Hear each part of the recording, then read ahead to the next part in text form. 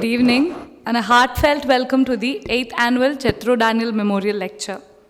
We are gathered here today because Jethro, a remarkable young man who, despite living only 9.5 years, left a profound impact on the world. The Jethro Daniel Memorial Lectures began in 2015, the year he left us, and has been held every year since, barring a few years during the COVID pandemic. These lectures are a reminder to us that every individual, no matter their differences or limitations, holds untapped potential and can become an agent of change, a thought leader, and a force for good in society. Tonight, we gather to explore a subject and the road that is less traveled by many, that speaks to the core of our shared human experience, the voice of purpose from a life of purpose. Vivanta Coimbatore has been an invaluable partner to us from the very inception of the Jethro Daniel Memorial Lecture, and their unwavering support has been nothing short of extraordinary. From the beginning, they embraced this initiative not as a mere collaboration, but as an opportunity to give back to the community that surrounds us. Their generosity and hospitality have been a cornerstone of this lecture series, and their commitment to working alongside us has been felt with each event. It is my great honor to now invite Mr. Peter Nirmal, the General Manager of Vivanta Coimbatore, to welcome this gathering. Please, sir. Good evening, Mr. Daniel, distinguished guests, and all present here, and my esteemed colleagues. It is with immense pride and joy that I welcome you all to the 8th Jethro Daniel Memorial Lecture hosted in collaboration with Vivanta Coimbatore. This evening is a testament to the enduring legacy of Jethro Daniel, whose remarkable life was a shining beacon of purpose and dedication. Tonight, as we reflect on the theme, the voice of purpose from a life of purpose, we embrace the idea that purpose is not merely a destination but a journey that guides our decisions and shapes our impact on the world around us. I would like to sincerely thank Dr. Victor and his family for taking great initiative and dedication for making a difference. The partnership between us shows our shared commitment to making a positive impact on society. I extend my heartfelt gratitude to the organizers, speakers, and participants who have come together to make this evening possible. To our speaker, Mr. M. Saji Abraham, Director of Operations at Shooten Europe, Bangalore, we eagerly await your insights, which shall undoubtedly spark inspiration and provoke meaningful reflection. Once again, a very warm welcome to Vivanta Coimbatore, and I thank you for joining us in celebrating this remarkable occasion. Thank you. Thank you, Mr. Nirmal. Your presence reminds us of the power of collaboration and the shared commitment to making a positive impact. Thank you so much. It is my distinct pleasure to invite our keynote speaker for the evening, Dr. Daniel Victor, Managing Director of VITAE International Accounting Services Pvt.Ltd, Coimbatore. Mr. Victor's unwavering dedication to the values that Jethro Daniel embodied, purpose, compassion, and service to society, has been a guiding force in all his initiatives, including this lecture. As a leader, Dr. Victor has continuously exemplified the power of combining professional excellence with a deep sense of responsibility towards the community. It's an honor to have him with us tonight to deliver the keynote address. Please join me in welcoming Dr. Daniel Victor. You're welcome, sir. So, good evening.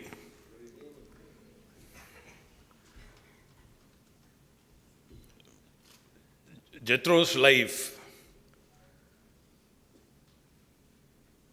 with his limitations,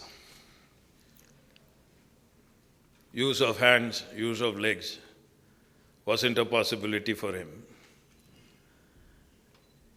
And as if that was not enough, he couldn't speak. His life portrays delving into deeper dimensions of existence.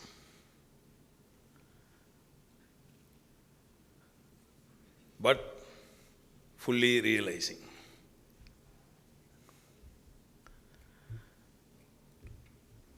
what is life's purpose? When we are beings constituted as body, mind, soul, and spirit. I'm using words here quite consciously. Our constitution is body, mind, soul, spirit. So, soul is pretty complex.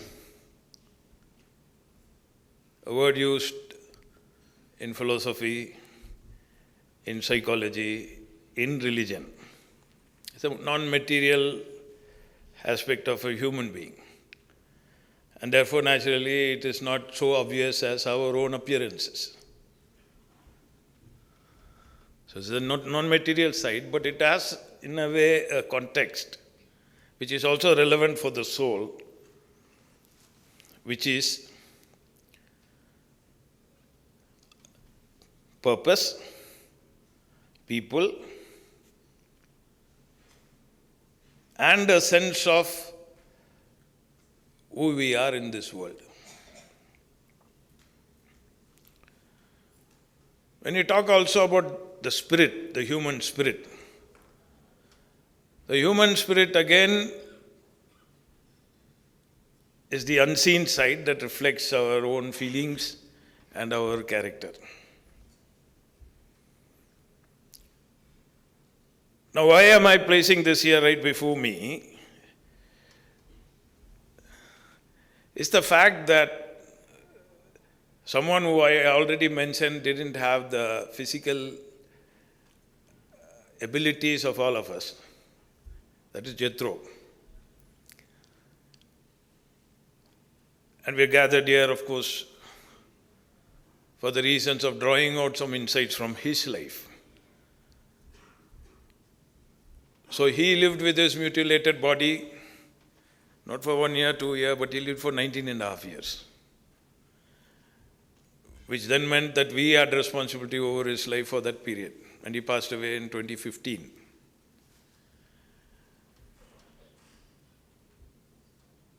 Now he, quite like what you might have heard of Mahatma Gandhi, who said, "My life is my message." Mahatma Gandhi said that about himself, that his life was message. And I could say, seeing and drawing out his life on account of what it represents, Jethro's life itself as a message. And that's what we are exploring. And we've been continuing to explore it for all of these years. We missed a couple of years because of COVID. Jethro expressed on another occasion, he says, you can visualize the fact that he was limited. But he expressed, "I will uniquely serve God and mankind in my generation."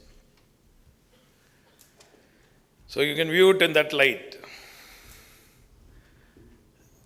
And then we are obviously naturally having to be puzzled, but how could he say that I will serve uniquely God and mankind in my generation?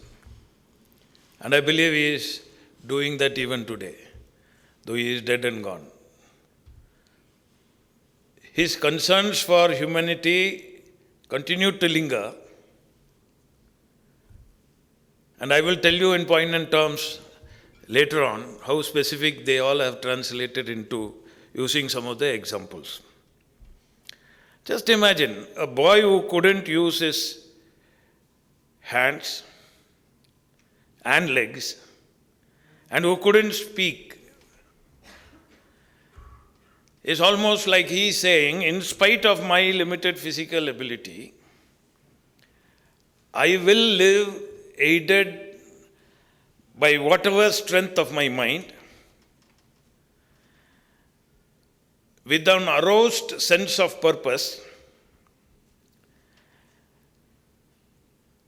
and the power of my inner purity, spirit and character.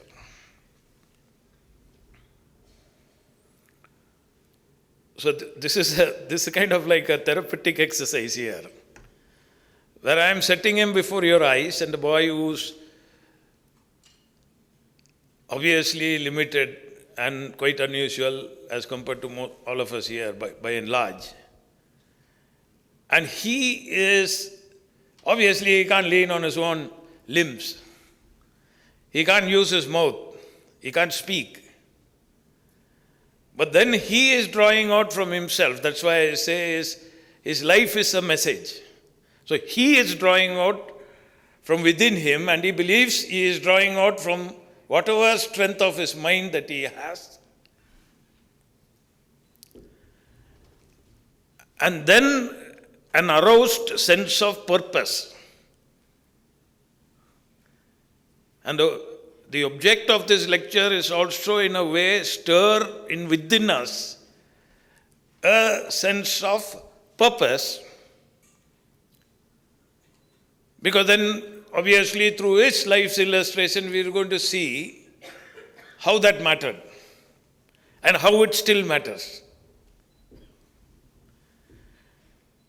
And then I said, as he seems to say through his life, that there is also the power of his inner purity and his character. Sense of purpose connected with the soul. His inner purity connected with his spirit.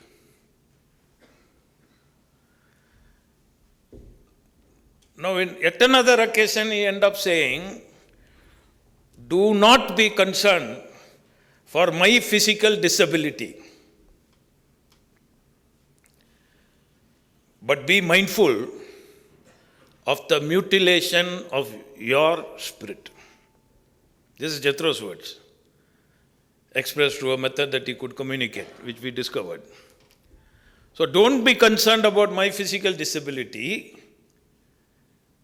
Be mindful of the mutilation of your spirit. That's a message, explicit message. Then we pass by and we feel these people require our own sympathy. But he says,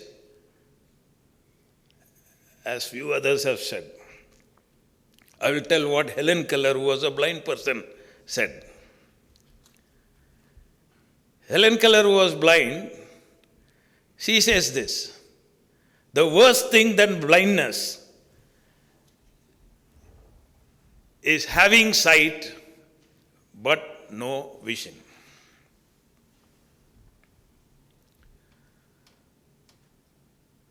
Now, our former President Abdul Kalam says that the dream is not what you see in your sleep. The dream is what keeps you awake.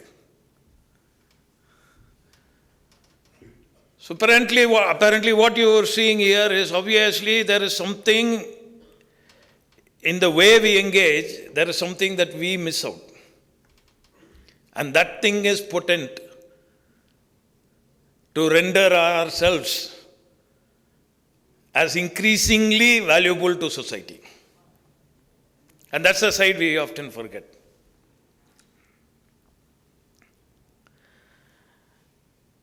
What we see generally is the surface, our appearance.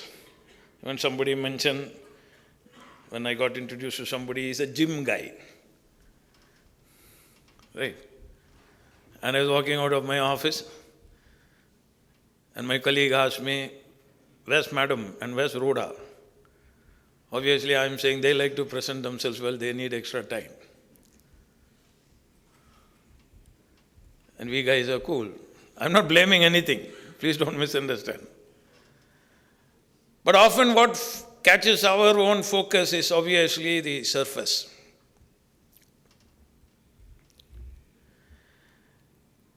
We see hard, we see how we look, and how much we show around. We are obsessed with our body. But our body often numbs us. I'll explain how it does. When the body is unrestrained, it becomes the means for the lusts of our flesh to become prominent. You know, our bodily appetites. I've qualified, when the body is unrestrained, it numbs us with its own capacity, that it takes us on a perilous path of falling prey, the risk of falling prey to our bodily appetites. I am contrasting here after having highlighted soul and spirit. And I am presenting what we are all faced with, that is our body, inescapable. All of us have it. It also obviously makes us often prey to the lusts of our eyes. The lusts of the body, the lusts of the eyes. So it becomes kind of an entry point also for degradation when it is not restrained.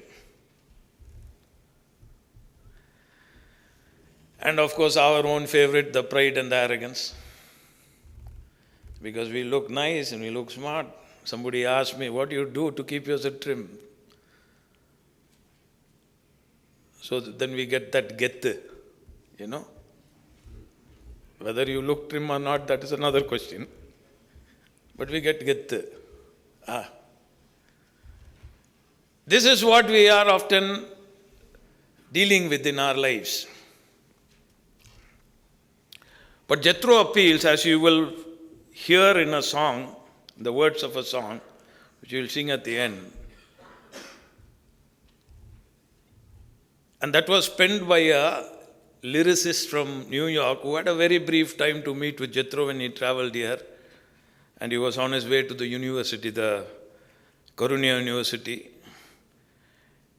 And so, this is the appeal that Jethro is making. I want you all to see the mysteries of the sea. It's a boring blue, deep within is richness. And I want your hearts to swell, so you'll itch to tell schools of fish of every kind, all the colors you wish,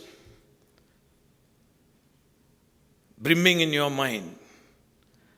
And I want to see below the surface of me. So beneath the surface of existence, beneath the surface of what appears, there is so much that is possible. But unfortunately, we somehow have lost the vision. Jethro further instructs, don't judge a book by its cover. Turn the pages to discover the green, the aquas, and the blues.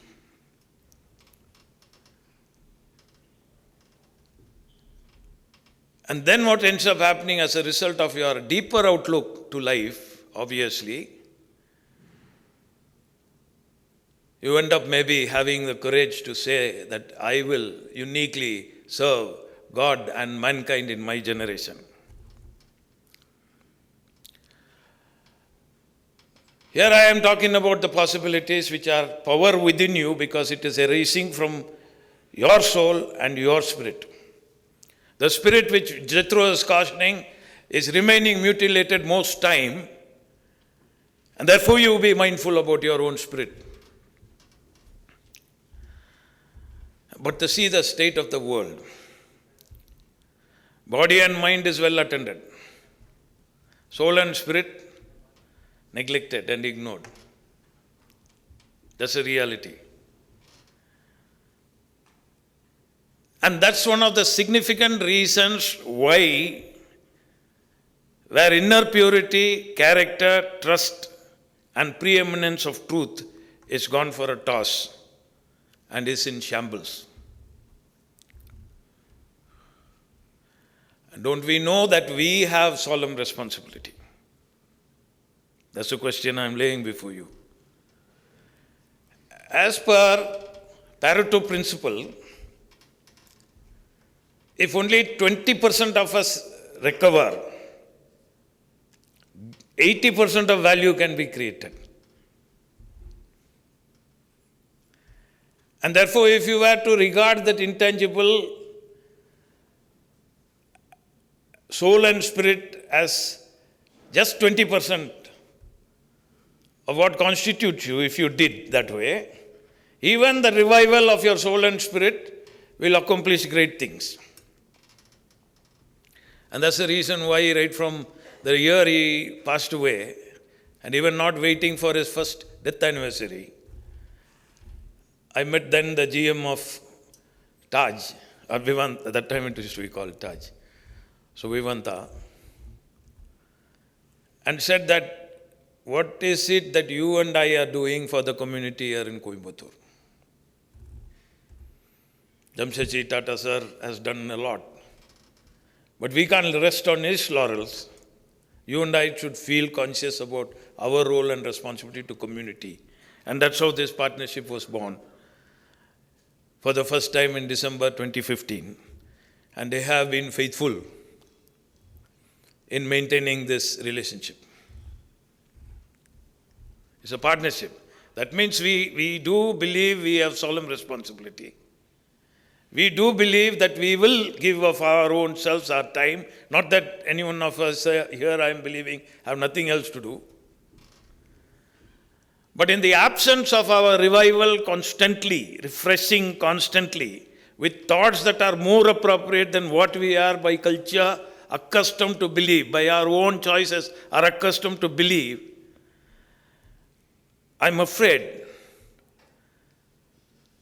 we would regret that we haven't played a part.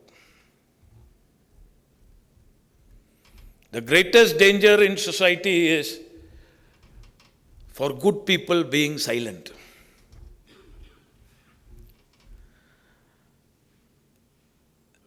So therefore, the discovery of who you are and your relevance or significance to this world, we have to discover. Unlike what we tend to think that we want to live minimally for our survival. That's typical mode. So what Jethro by his message is urging us is to also simultaneously be mindful about who we are. And blending our giftings, as he has done, and your talents, that is of immense importance. And definitely this is a discovery that takes you beyond yourself. And when your spirit, which is your feeling and your character, is immersed in goodness, mind my words, is immersed in goodness, then that's power. Your soul, including mine, craves for meaning, for clarity and truth. And when the soul's discovered identity is combined with a spirit of purity, the new you with power emerge. And when your heart and spirit is pure, God's spirit, which is pure, latches on to you and enlarges you with love as God is love, and bang, there is increasing clearer sense of purpose, service and fuller realization. You must have received a DMA, which is a booklet that was given to everyone, which comprises poems which Jethro has written. I have a colleague of mine who is sitting here. He was born a stammerer. He's from a nearby town. And he stammered, and society didn't accept him. Even every word he used to stammer. He's here with me today. Then he grew like others. He studied like others. And he finished his master's in commerce. And somebody mentioned to him, why don't you also learn English so that you may find some more opportunities. So you can imagine what a scarred life he had, where he got rejected everywhere when he sought for jobs because he couldn't express himself. And he said, I'm struggling even with my native tongue Tamil. How do you expect me to be able to learn a foreign tongue? He said, please don't speak that language. Take this book, and that was the book which was given to you, the DMA, the Don't Mess Around. And he said, you read it. And he said, he read it. And he said this when, after our interview process and all happened, we never knew the story. He landed a job in our office. That means he spoke in English. Whoever met him, 3 levels are there, and all the 3 levels have cleared him. And he landed a job, and when I was doing staff induction, in some context, I narrated a poem which Jethro has composed. Your mind is the place where battles are fought. You fill it with good for you to be a victor, and you fill it with evil for you to be a failure. He said, when I came to that, something pierced my heart and removed the absence of confidence, and that changed my life. And you wouldn't believe, today he not only works in my house, in my office, when he sings, there's no stammer. And he is singing in public. He speaks in public. And I would attribute that power to what I introduced you to, the power of your soul, your own identity, as regards your purpose in the context of people, in the context of the world, and the power of your spirit. When rendered pure, you become multiplied. And the rest of this time will be, of course, the main speakers, and I am hoping that every one of you here, your hearts and minds may be stirred, and therefore you will also render your life in the lines that Jethro says, that your life too will be a message. Thank you.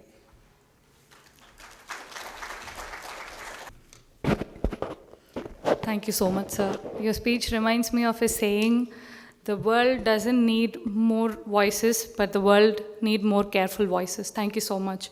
On behalf of everyone here, I would like to extend our deepest gratitude to you for your insightful words and for setting the stage for today's lecture.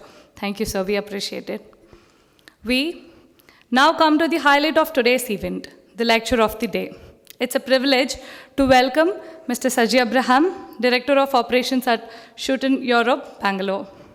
He's a member of the United Nations CSR, has been a member of the European Union since September 2023, is an academic council member of various educational institutions and a member of the board in various corporate entities.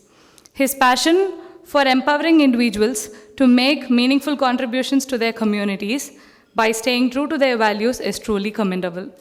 We are fortunate to have him here today to deliver the 8th Jethro Daniel Memorial Lecture titled, The Voice of Purpose from a Life of Purpose. Mr. Abraham, the stage is yours. Welcome, sir. Greetings to you all this evening, and Mr. Daniel, Mrs. Lita Daniel, Rhoda, the members of VITAE International, the management and team of Taj Vivanta here, and the members on the floor, the invitees, and the team at VITAE and others. It's such a joy and privilege to stand here on this 8th day of the memorial of Jethro and his life, just as very well articulated by Mr. Daniel. You know, when I stand here with the topic up there which says, the voice of purpose from a life of purpose. You know, we are talking about a person who couldn't speak. And we're speaking about the voice of purpose from his life. You know, there is this beautiful saying in English which goes, what your mind does not know, your eyes cannot see. I repeat, what your mind does not know, your eyes cannot see. And that is exactly what we need to take home from here today, from the life of Jethro. And as I was going through, Mr. Daniel sent me the various poems and a little documentary about Jethro and all that. And when I was going through that, what really is the striking factor behind it is, for almost about 20 years, Mr. and Mrs. Daniel, the parents of Jethro, took care of a child whose 4 limbs were not functional and a child who couldn't speak. And probably whatever we see there in terms of poems or whatever we see there in terms of the contribution from Jethro, there is a voice behind that which is unspoken, which only the 2 parents here can explain. I was just telling Mrs. Lata a little while ago, there is something that they can never say. There is something that Jethro could never say. But there is a voice that you and I hear today. And that's why we are here. And Mr. Daniel put across 4 points, right? The body, the soul, the mind, and the spirit. We are all limited human beings, not just Jethro. When God, the Creator, made us as human beings, when we were born in the womb of our mother, either as a boy or a girl or whatever we are here today, there was a reason behind the creation and there is a purpose behind it. And even in Jethro's creation, there is a purpose. The parents had the opportunity to take care of him for so many years. It came as a gift from God, it went away as a gift to God, but then he left behind the voice for you and for me to hear. And that's what we are here commemorating his life.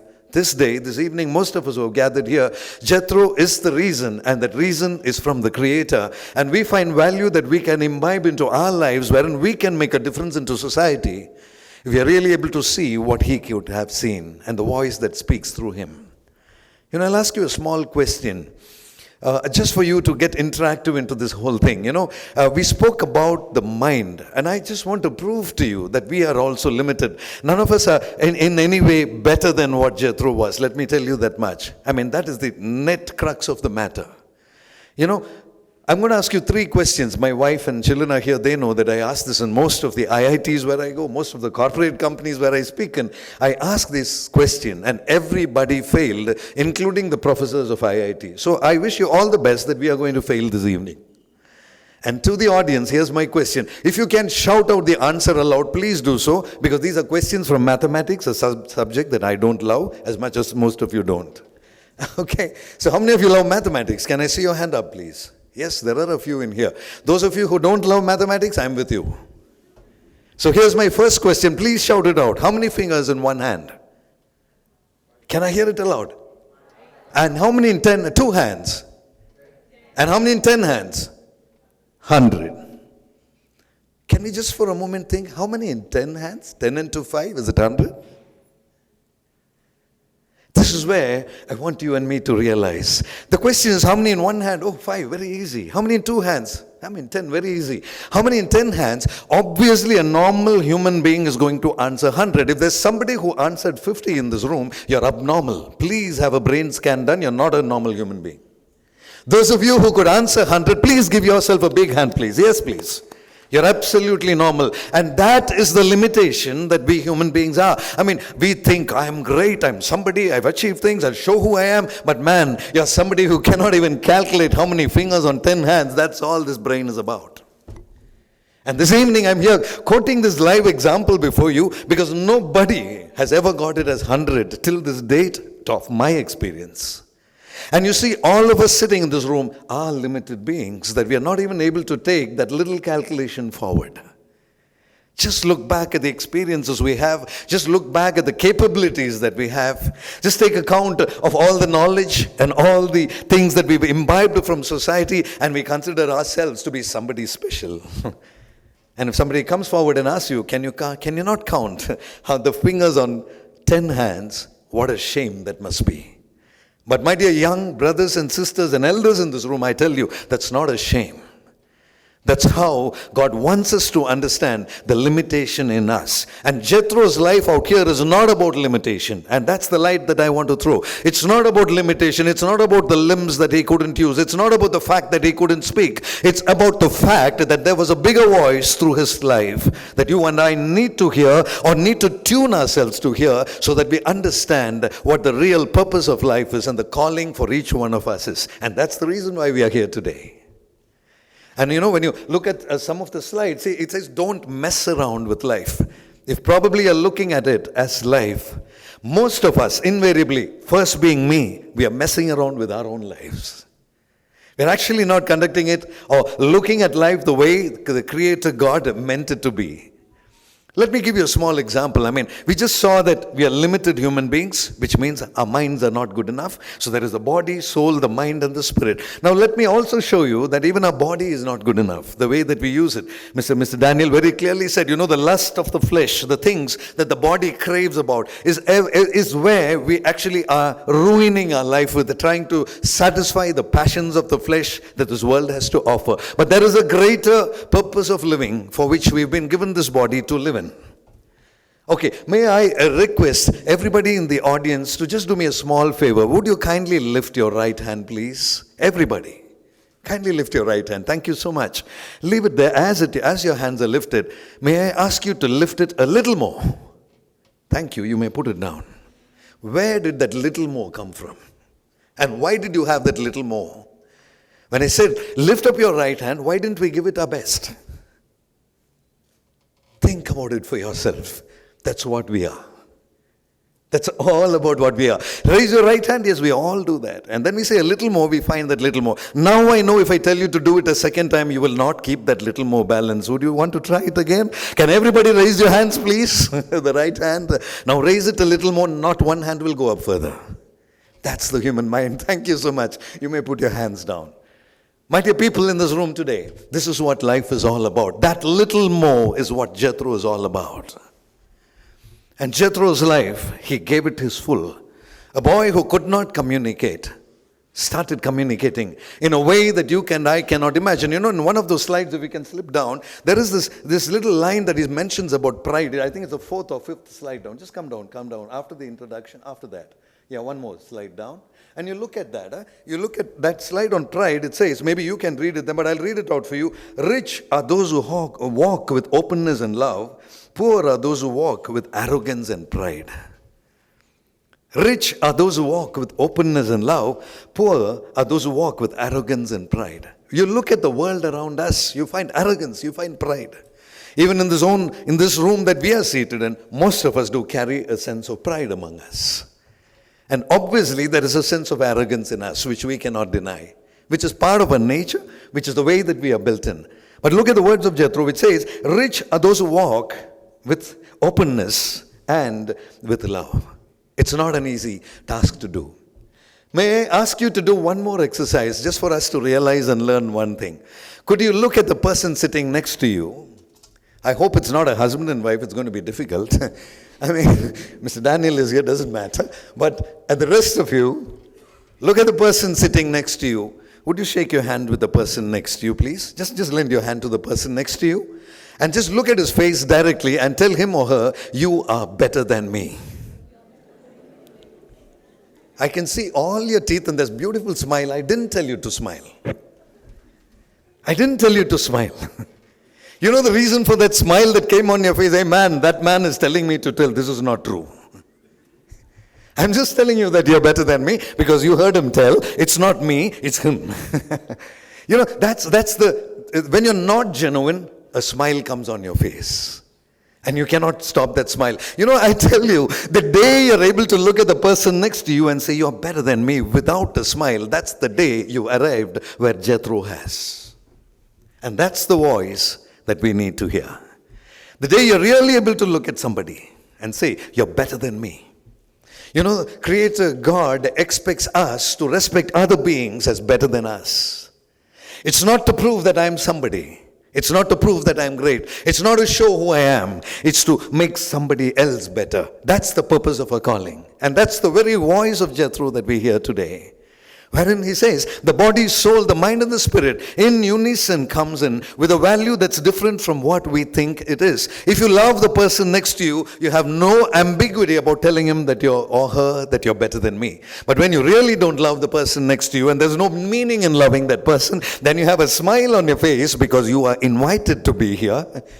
And that's the reason why we behave very officially, and then the smile comes in. Could you try that once again to do it without a smile? It's a little difficult, but I want you to try it out so that you realize how it affects your heart. Just do the same thing again and say, hey man, you really are better than me. Shake your hand, touch that person and try it once again, please. I know, I can see your hands going on your faces because you want to cover your mouth. I know that. Not easy, the smile comes in. Somehow that smile comes in. This evening, this is what realization of life is all about. And Jethro said that, he said, rich are those who walk with gentleness and love. You're rich if you're able to really tell that to a person. Poor are those who walk with arrogance and pride. When I'm unable to tell that to somebody, when I'm unable to look at Mr. Daniel and say, Mr. Daniel, you're far better than who I am. I would love to grow to be the person that you are. That is the day when I become rich in my life. And that is the day when I be able to appreciate another person and add value to somebody else's being. When I read the Bible, there's a verse in the Bible which says, none of you lives to yourself and none of you dies to yourself. That is the book of Romans, chapter 14, verse 7. It says, none of you lives to yourself and none of you die. If you live for the Master's purpose. If you die for the Creator's purpose. Which means we need to realize that the value of life that we hold with us is not for living for ourselves. It's not to say that I've achieved something. It's not for that. It is to understand the voice of purpose from the life that God has given us. You and I can be a voice much more effective than Jethro is. But today, let me tell you, Jethro's voice is far more effective than our voice today. We all know about Mother Teresa. If I may ask a question in this room, how many of you agree with me that Mother Teresa was a very nice person? Anybody there that agrees with me? Can I see your hands go up? Mother Teresa is very nice. Okay, put your hands down. The rest of them that didn't put your hands up, those who said that Mother Teresa is not really nice, can you put your hands up? Not one hand will come up now. My question to you is, how do you know that Mother Teresa is a nice person? Who told you? Did she come to your house for your birthday? Did you have a dinner with her? And most of the people seated here from the age group, I assume that we've never even met her. We probably learnt at school, seen in the newspapers or in the internet or somewhere, and people have told us Mother Teresa is a great pious lady. She's such a saint that she is. And we all learn it that way to say, Mother Teresa is great, Mother Teresa is wonderful. It's nice to appreciate somebody, but my question to you this evening is, if Mother Teresa is somebody great and you love to appreciate her, what about you? And what about me? Why not I live in a manner that people will be able to appreciate the living that I did in a manner that Mother Teresa conducted herself, so that people who haven't even met her or don't even know her still say she's good. That is the value and meaning of life that you leave behind. And we know it's a similar value that Jethro has left behind. The memorial of Jethro, the life of Jethro, throws one lesson to us. Do you have a voice that will linger after you've left? Do you have a voice that would impart meaning to lives that you may never meet? Do you have a voice that you can leave behind in the imprint of time through the passage of the so-called life that we live, so that somebody else that you may never meet or never know will hear your voice one day? I've never met Jethro. I don't know Jethro, but I know that his voice is speaking to me today. And most of us sitting in this room are listening to the voice of Jethro's life today. You like it or not, he left behind that voice of purpose. And that's the reason we are here today. I'm so glad that the Taj Group is joining together with Mr. Daniel and his firm to take this forward as a mission, so that we render value to the society around us. If you come one slide down to the next slide, please, you will see the one slide below. It says about the mind. I mean, you look at the mind. One more slide below, please. Yeah. Come down. There's mind. Yeah. You look at the mind. It says, it goes like this. Your mind is the place where battles are fought. The first line. This is where the battles are fought. And these are Jethro's words. They're so intelligent. You strengthen it with good. And Mr. Daniel quoted these words. You strengthen it with good, and for you to be a victor. Okay? You let it be filled with evil for you to be a failure. You strengthen it with good for you to be a victor. I'm glad his dad's name has come up there. To be a victor, to be like Mr. Daniel. And this day, how many of our minds are filled with the good that we intend to see, and how many of us are filling it with the evil that we probably are not intentionally bringing in, but probably that's the attraction of life today. For a person like Jethro to produce a voice like that, a statement like that, through the means of communication that he could communicate with, is the purpose of life that he's conveying to you and to me. Are we filling ourselves with good? How do we react when we see somebody out there in society? How do we react when somebody out there is not as good as I am, is not as well dressed as I am, and probably not as well educated as we are? How am I looking at that person? I mean, simple as it is, you drive out of here, you get onto the road, and there is this auto rickshaw driver who comes on the wrong side and he cuts you off in traffic. How well do you behave back to him? And that will show us who we are. And people like us who are in Bangalore, the traffic there teaches us to behave well. Every day. My wife tells me, is this the man that I married? Doesn't look like my husband because of the patience that I show there. No choice. You better be patient. There's no other choice. But today, my dear brothers and sisters in this room, I want you to listen to that one voice. The good that we can show, very often we don't get to show that good to somebody or impart that good to somebody just because of the ego and the attitude that hits us back. You just need to show that you're somebody. And a voice is there speaking to you to say, just prove that you are gutsy, that you are supernatural, that you are somebody special. Just break the queue, just run through and just go there and be super smart.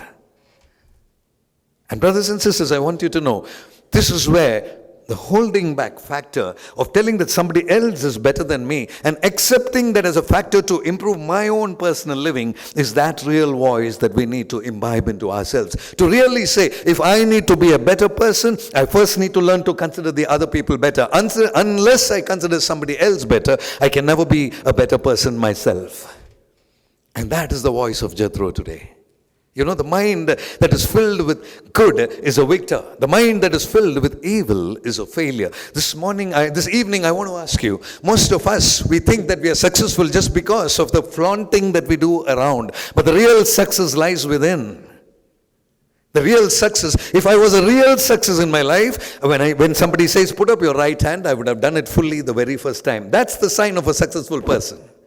A very successful person would say, how many fingers in 10 hands? The first answer would be a 50. But we are not absolutely successful because our life is a path to that accomplishment of fulfillment of perfection. And none of us are perfect. To live a perfect life is this calling that we have today. And that perfection comes with the way that we conduct ourselves, with the way that we look at each other. If I were to take a 100 rupee note, and can you kindly come forward, one of you? Yeah, you come forward. Yeah, just as a volunteer. I'm going to give you money of mine, and you're going to have a happy day. Only 100 rupees. Okay. Say thank you. Okay. Would you please pass it on to him, just for the sake of it? Just say thank you. Yeah. So now, here, please be seated. Thank you. See, there was a 100 rupee note, which is mine. But my question to you is, how many people got the opportunity to give away 100 rupees? You please give it to him. You just hand it over to him. Just say thank you, okay? So now he's the fourth person who's received it, so please be seated. How many people got the opportunity to give 100 rupees? 1, 2, and 3. How many people got the opportunity to receive 100 rupees? 1, 2, and 3. How many 100 rupees were there? Just one. And it did not belong to any of them. This is life. This is life. This is the value. It's not about whose money it is. It's not about what the value of that currency is. It's how well are you prepared to pass it on and pass it on and pass it on. How many people told thank you to each other today in this room? How many people got an opportunity? 1, 2, and 3. And it's all just that one note. My dear brothers and sisters, I tell you, it's not about my life and me and my pocket and my education and my culture and my prestige. It's about imparting it to somebody else that adds value to their life. And that's exactly what we see Jethro do. He couldn't speak, but his voice is speaking to you and to me today. He's imparting something even after 8 years, and today is the 8th memorial. After his death, the 8 years down the line, he's still passing on a message to say, just pass it on, pass it on, pass it on. You can give that 100 rupees to that lady in blue, she's my wife. This is just to prove that it will anyway never come back to me. In life, this is exactly how we pass on the values, because he was so uncomfortable holding it there. How long? Today we need to learn to give away, to pass on what we have received. And today we are receiving from Jethro. And let me tell you, that's why I'm quoting the example of Mr. Daniel and Mrs. Leta Daniel. They received Jethro as a gift in their life, but it was not a gift that they probably enjoyed the way that you and I with normal children have done. But the fact that they turned that whole trauma into an enjoyment, which we are seeing today, the reason that we are gathered here today is because they enjoyed taking care of that child. Nevertheless, not to discount the pains that they went through, not to discount the voice of their hearts. The painful moments, the moments of tears. As a mother, I can understand how much she must have put up with behind the closed doors of her bedroom and in the bathrooms of the house. I can understand. As a father, I can understand when he mentors other children, I can understand the pain that he goes through. But today that they have mentored that child for so many years, I tell you that value lingers on, or it just multiplies, and it is there today for the reason. Can we give them a big applause, please? A big hand for the great mission that they are carrying forward. And this is not easy to do. And not many of us would ever do it either. I'm not here standing here to praise Mr. Daniel or her. But this is the role of the Creator in their life, that you and I are impacted by the life of Jethro. Through the parents who had the courage to take care, to the parents who had the humility to take care of that child, because of which we speak about him today. And the same parents taking the initiative to conduct this memorial day through a lecture and through a talk for us to gather together and to remember the life of Jethro. For most of us who have never even met him, but to know that there was a value that was there, which doesn't exist today in physical form, but is there in spiritual form among us because of the purpose and the intended creation of God that meant it to be that way. And we are recipients of that blessing today. And I want us to realize all the abilities that we have. If you have a voice that can speak, if you have hands that can move, if you got legs that can move, if you've got a physical self that can present itself well, my dear brothers and sisters, it is not to be used to flaunt who you are. It is to be used to bless somebody who doesn't have what you have. And that's the whole calling. Fill your life with good things so that you are a victor. You are a successful person only when you move out to be a blessing to another person. The moment you live for yourself, you're an absolute failure. And I want to reiterate that message. The moment you live for yourself, you're an absolute failure. My family, my child, my house, my bank account, my job, my salary. That is the utmost sign of a person with a failed lifestyle. Somebody who can live with a value for the society, for the people around me. It's not about me, but it's about somebody else. That is the most successful life that you can ever have. That value can never be bought with money. That value books cannot give you. That comes from a realization, from a self-realization of the purpose for which I am existing on this planet Earth. And the reason why God has given me life to be here today, and one of the reasons that we are in this room today, is so that we realize that purpose, a call which not many have an opportunity to receive. And today, you and I have that opportunity. We are seated here in this room to just look back at ourselves and say, am I somebody who's living my life the way that I should be living?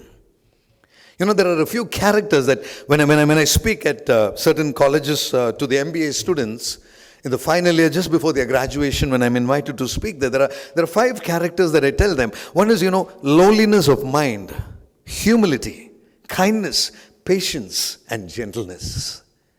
These are characters you will never have. When I become the CEO of a company, when I'm somebody in the top level of management, which means arrogance and pride is the first trait that I think that I should display. I got to be strong, I got to be this, I got to be that, I have to be a no-nonsense person, I got to show who I am, I got to be a driver, I got to be a leader. We have words and terminologies to accommodate all that positioning that we have. But at the same time, if you can be a leader with gentleness, a leader with humility, a leader with kindness, a leader with meekness, and a leader with, long suffering or patience to forgive somebody, that is real leadership. And Jethro couldn't do the things that we could do. I'll tell you one thing. I go one step ahead to tell you, Jethro lived such a blessed life because he couldn't speak and because he couldn't move. The fact that he couldn't speak means he did not utter unnecessary words like you and I have sometimes done. He's such a blessed child. The fact that his hands and legs couldn't move kept him away from places that you and I tend to be in for all the kind of evil desires that we try to fulfill. He was a blessed child. Probably if you and I were limited like that, we would have lived far better lives than the ones that we are living right now at this moment. And I make sure that I reiterate that statement. Most of us, because of this good hands and legs and the good physique and because of the good speech that we are able to make, have ruined ourselves because of the blessing and the ability that God gave us. And when you look back at Jethro's life, what he didn't have and what we have should be the difference that makes you a person nobly different from other people around you. Instead, that same ability, that God-given ability in us, is being utilized to cultivate hatred, cultivate distort, cultivate groupism, and cultivate enmity and anonymity among people. And I tell you, my dear brothers and sisters in this room, it is not the purpose for which our life is intended or provided for us to live that way. How many of us can really claim from the bottom of our hearts? Let me ask you one question. Is there anybody in this room that hates at least one person in your life? At least one person that you hate? Has to be there. I will not ask you to raise your hands because it's a little difficult because the person sitting behind you will see your hand. But all of us have somebody that we hate in our life. Can we just remove that one nonsense out of our life? It's not worth it, my dear people. It's just not worth it. The moment you have a person that you can hate, you're a failure. And I've learned it the hard way. I tell you, I've learned it the hard way. Let me share with you, a couple of years back, I was with the tea plantations of Unilever, and I was there as the senior general manager, the Brook Bond Lipton teas, as you know it, and as you even must be consuming that today. So I was the head of operations for the plantation division. And every year we have this bonus that is declared, which you all know, and the unions come up with a lot of trouble and problems. And there was this one union leader who was absolutely notorious. I won't take his name because this is going online. Absolutely notorious person. Every time the bonus is declared, I used to have jitters. I used to shiver inside me, but cannot show it because I'm the big man there. So you have to put up a bold front and say, this is the declared bonus, and this is the profit ratios of the company, and this is what we are passing on to the employees as a bonus, especially during Diwali time.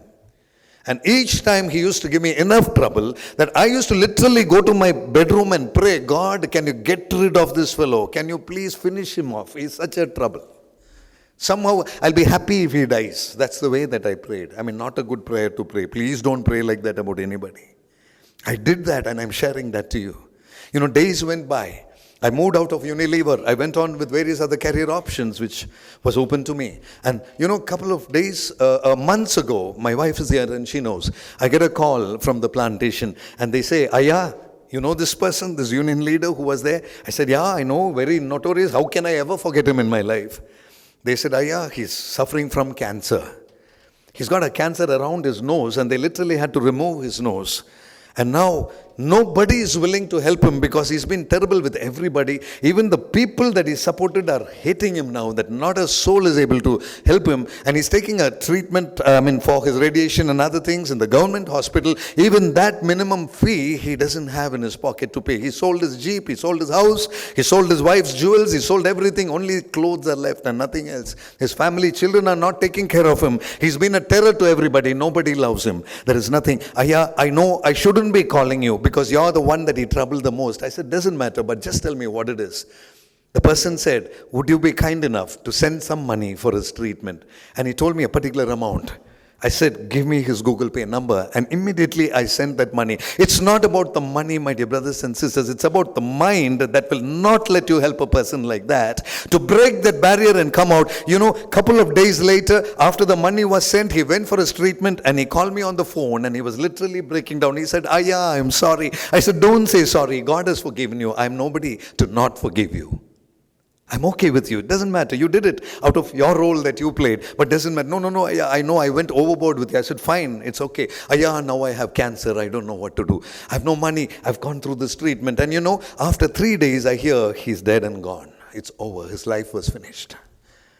And they called me and said his funeral is going to happen. I couldn't go. But then one thing I realized in life is if I had refused to help that man 3 days before his death, I would have been the guilty man standing before you today, not able to pass on something to a life Probably according to my intellect, he didn't deserve it. But according to the mind that Jethro is showing us today, it is to love another person. Doesn't matter who he is. Doesn't matter what his or her character is. So therefore, my dear people in this room, I tell you, if there is somebody in your life that you have a reason to hate, please forgive that person today. That's the meaning of Jethro's memorial. Please forgive that person. That's the greatest thing you will be doing in your life. If it's one person, forgive that one. If it is more than one, please forgive them all. I'm not saying you have to take your phone and ask them a sorry or an apology. No. From your heart, can you really personally commit to forgiving that person? That is going to make your life a life of purpose. The world need not know that you have forgiven, but would you know that you have forgiven? And that's enough. This day, if you can do that, if you will never again have an aversion to that person, your life is meaningful. And that is when, that's when you're really rich. Your mind is a place where the battles are fought, is what Jethro's words there mean. That means the battle in my mind is of unforgiveness. I cannot forgive that person. Let me not do that. I need to learn to forgive. Much as I can tell the person sitting next to me, you're better than me, it's far more important to forgive somebody who's not there next to you right now. Somebody who hurt you, somebody who affected you, somebody because of whom your career was spoiled, somebody because of whom you're fuming and you're swooning now, and your career was spoiled, or your life could have been better because of that somebody who objected or created a trouble. Would you be kind enough to forgive that person? I'll tell you the secret of success. When you learn to forgive that somebody, your life will change. And I am quoting that from my own personal experience. The day you learn to forgive somebody, you don't know from where that improvement in your life comes. That is why there is something called the Almighty God. The divine power, the divine nature of God changes your life and you become a man of love. And that's why Mr. Daniel said, God is love, and that is what he is. If I cannot reflect that love, then I'm not reflecting the nature of the creation that God wanted me to have. And then, in the next line he says, you strengthen it with good for you to be a victor. You got to strengthen it with good. That means if you have negative people in your career, in your life, it's a reason for you opportunity for you to become a strengthened person through the good that you do by forgiving them. If there anybody in this room that has nobody to forgive, can I see your hand, please? I have nobody that there's nobody to forgive. I'm perfectly all right. None of us are there. All of us have somebody to forgive. That's the good you can do today. And let me tell you very wholeheartedly, if Jethro's life is enabling you and me seated in this room today to forgive somebody from your mind and from your heart, that's the voice of purpose. And that was the life of purpose that we are discussing today. And that's the meaning. I want you, each of us that's come into this room today, we should not walk out the way that we walked in with that baggage. We need to walk out releasing, dump something here, leave it in Taj Vivanta, let it be here as a memorial. Leave that hatred here. And let's walk out without that baggage here. Let's be people with a better impression, with a better outlook of life, so that we may look at somebody in a manner that's a little different. Can you come down to the next slide, please? And Jethro talks about creation. I love this portion where he talks about creation. Over the start, a beautiful world was created by energy produced by God. Okay? Unusual things he made, like water, like skies, like animals, like fishes and birds. Now, when you read that second line, he uses the word unusual things he made, and then he's listing out water and skies, animal and fishes and birds. Are they unusual to us? For us, water is very normal, right? You get up in the morning, you wash your face. The sky is very normal. The fishes and the birds are very, very normal things. But look at the word, the unusual things.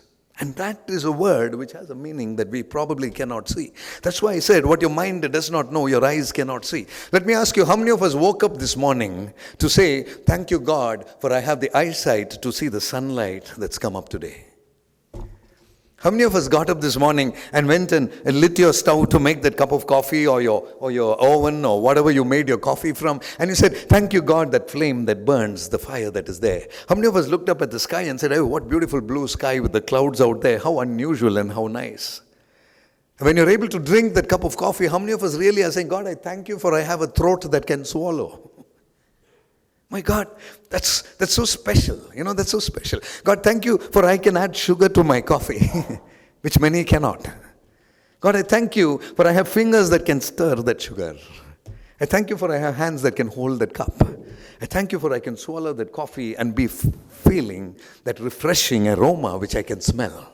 Thank you for the smell. Thank you for the eyesight. Thank you for the way that I can speak. Thank you for the sensual nature that you've given me. Thank you for giving me this new day. Thank you for the food on the table. Thank you for the clothes on me.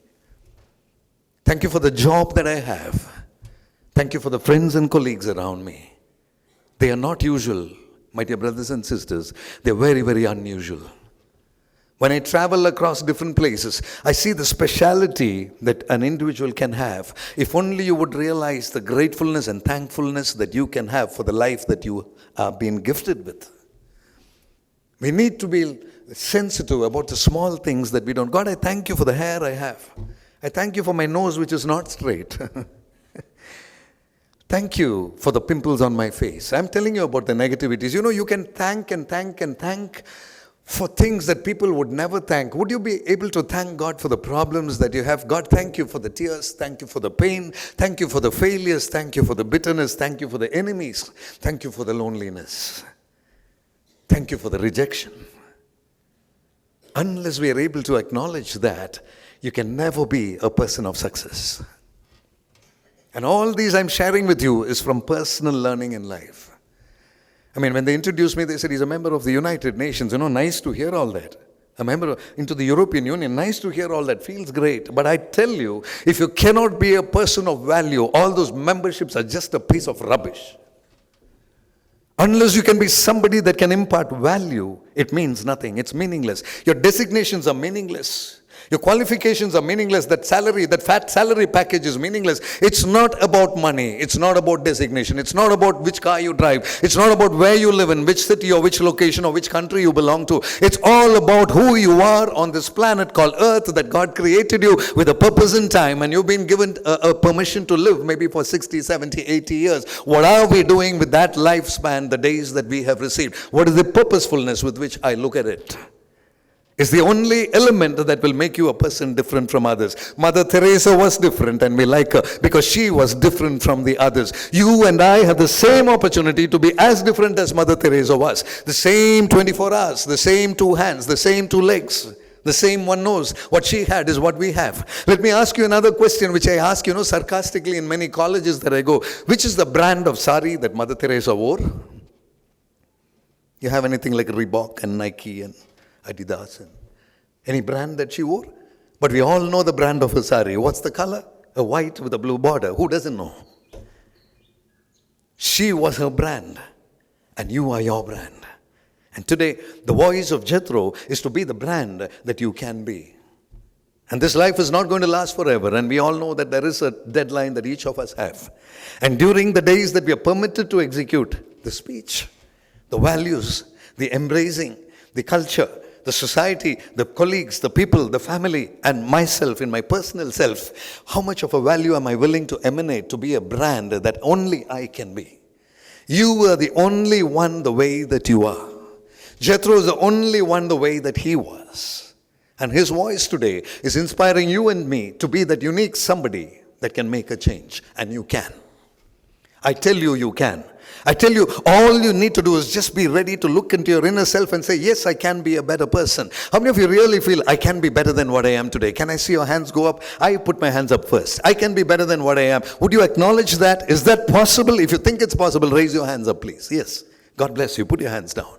If you and I can be, and we realize that we can be better than what we are right now, this moment, that is the voice of purpose. That's the voice that can add a meaning and a dimension to your life to be a better person than the one that you are right now. Your value, nobody else can calculate. Your value is within you. And that is the voice of Jethro that is speaking to us today. And finally, just one slide down, please. Can come to just one slide down, and he speaks about love. Give love the first spot. I'm not going to read the rest of the lines. Give love the first spot in your life. You know, that word just means too much. It's too heavy a word to explain. Give love the first spot in your life, which means you can't have hatred, you cannot be negative, you cannot be judgmental, you cannot say he is no good, she is no good, you cannot say no, I'm better than somebody. No way. Give love the first spot and say that he or she is better, maybe I'm not better, I can improve. Let's always be on the path of improvement. Let's always be there to learn and correct. Let's always be there to improve ourselves from within by appreciating the world outside us and the people around us, irrespective of the negativities that they might have and they might display. It's not our business to point their negativities. It's our business to love them and help them come out of it. And that's the reason why we have the strength in life. You know, if I have an ability to display, I need to show it in my workplace. You know, every day morning in my factory in Bangalore, the work starts at 9 o'clock and I'm there at 8:45. And many people misunderstand. This man is coming in the morning to check on us. You know, 6 months passed for them to realize it was not to check on them. I make sure I go there that I should be the first one wishing them good morning that day. They have enough of problems at home when they come to work in the factory, especially the women. The husbands are abusive. Children don't listen to them. Mother has to go to work. She's got to earn. She's got to support the house. And there's such people that I'm looking forward for building up their lives. And if I can be there to say a good morning to them and receive them with a smile, wouldn't that be the sign of leadership that it costs me nothing but to be there at 8:45? My dear brothers and sisters, I tell you that little value that we can part. You know, there is this lady called Mariamma who was there, and this Mariamma comes and says, Ayya, every day it's so nice to see you in the morning. So I felt so nice. Somebody else said, Ayya, she's simply telling all the story to please you.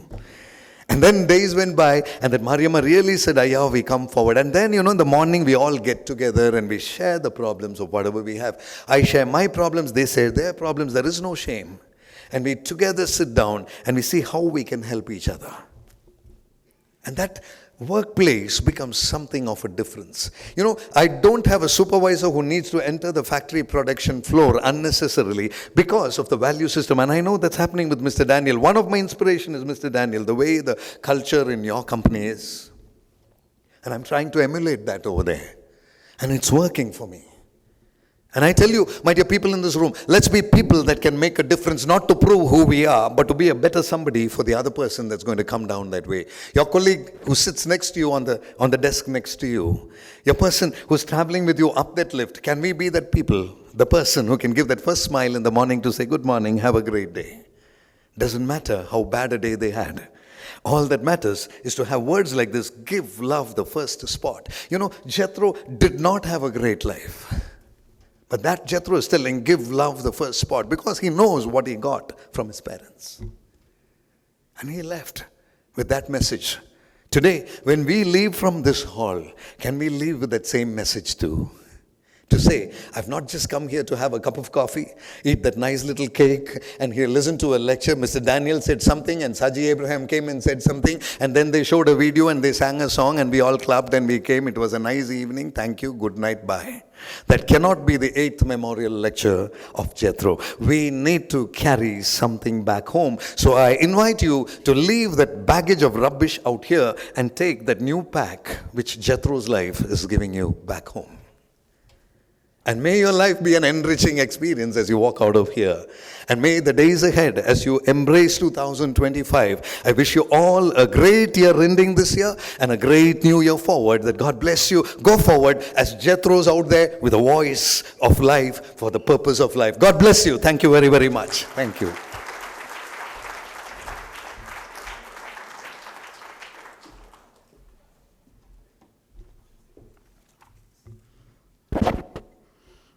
That was a heartwarming experience, and it's really heartwarming to have you speak at our event, sir. We are still buzzing with the excitement over the insights you shared and the energy you brought into the room. Your words didn't just inform, they inspired, sparked curiosity, and left us thinking about new possibilities to achieve the fullest of one's life. Thank you so much, sir. Now, it's time for us to listen to Jethro's song. Jethro's song was written by an American songwriter, Robert J. Lacasto, after he met with Jethro once on a visit to India. This song is a reminder to all of us that there is a lot of beauty and potential found beneath the surface. It is just waiting to be uncovered and unleashed. Let's all rise to our feet as the song is played, please.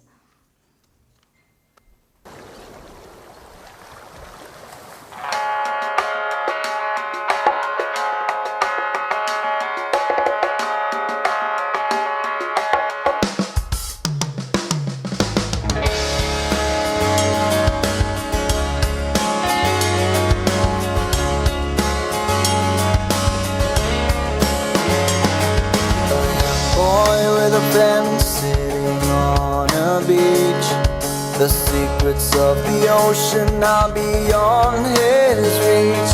A certain chance of meeting with a kind old man. Now a snorkeling set in his hand.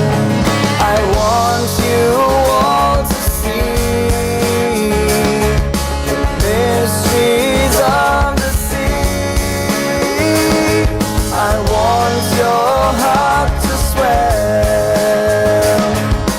so you live to tell of schools of fish of every kind, all the colors you wish swim in your mind. I want you to see below the surface of me.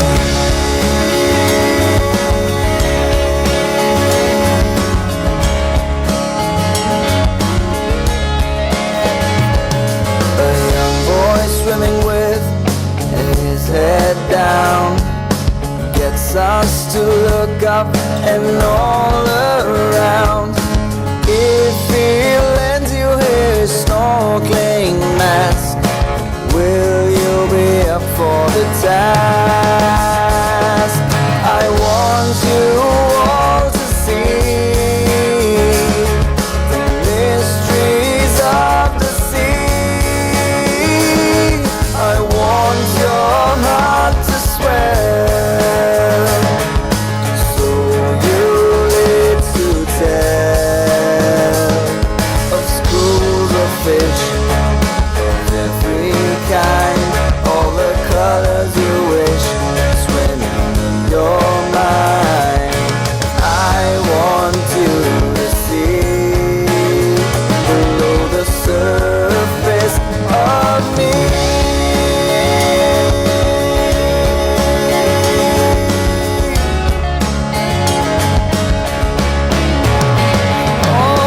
Don't judge a book by its cover. Turn the pages to discover the dreams of aquas and blue, and God and Him and you.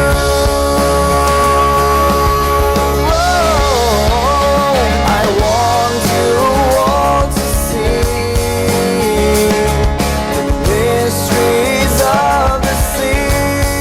Yeah. I want your heart to swell, so you live to tell of schools of fish of every kind, all the colors you wish swimming in your mind. I want you to see below the surface of me.